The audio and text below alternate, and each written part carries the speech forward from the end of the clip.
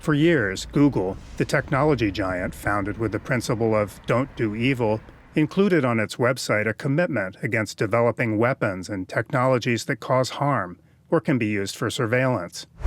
But last week, that language was removed from the company's AI principles page. Google, whose parent company is Alphabet, did not immediately reply to a request for comment for this story. A blog post by Google leadership explaining the new policy said, "There's a global competition taking place for AI leadership within an increasingly complex geopolitical landscape. We believe democracies should lead in AI development." Some observers see the move as evidence that the company is now openly promoting its artificial intelligence technologies for use in warfare. AI is increasingly used on battlefields, from Ukraine to Gaza, and Silicon Valley tech companies, once averse to seeing their tools used for destructive purposes, have been backing away from long-standing policies against military use. OpenAI, Meta, and Anthropic all have AI projects with the U.S. military or defense contractors. AI is primarily used in determining targets for drone strikes, in some cases in a fully autonomous weapon. Leading AI researcher Stuart Russell, an autonomous weapons opponent, attended the AI Action Summit in Paris. Increasingly, the progress of the war in Ukraine is dictated by the use of either remotely operated drones or fully autonomous drones. That's been a radical change.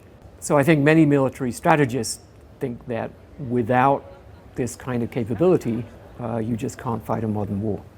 Google's connection to the military is not new. In 2017, despite the company's stated principles, it helped build a targeting system called Project Maven for the U.S. Department of Defense. A year later, after thousands of employees protested, Google ended the contract. More recently, critics say Project Nimbus, a $1.2 billion contract between Google, Amazon, and the Israeli government for cloud computing services, was used for surveillance and targeting in the Gaza war.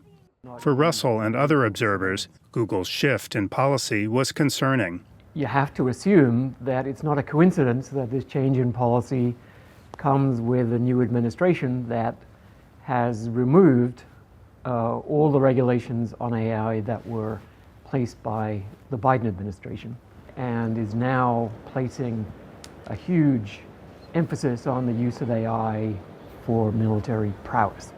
As AI advances rapidly, governments and businesses alike are increasingly worried about falling behind.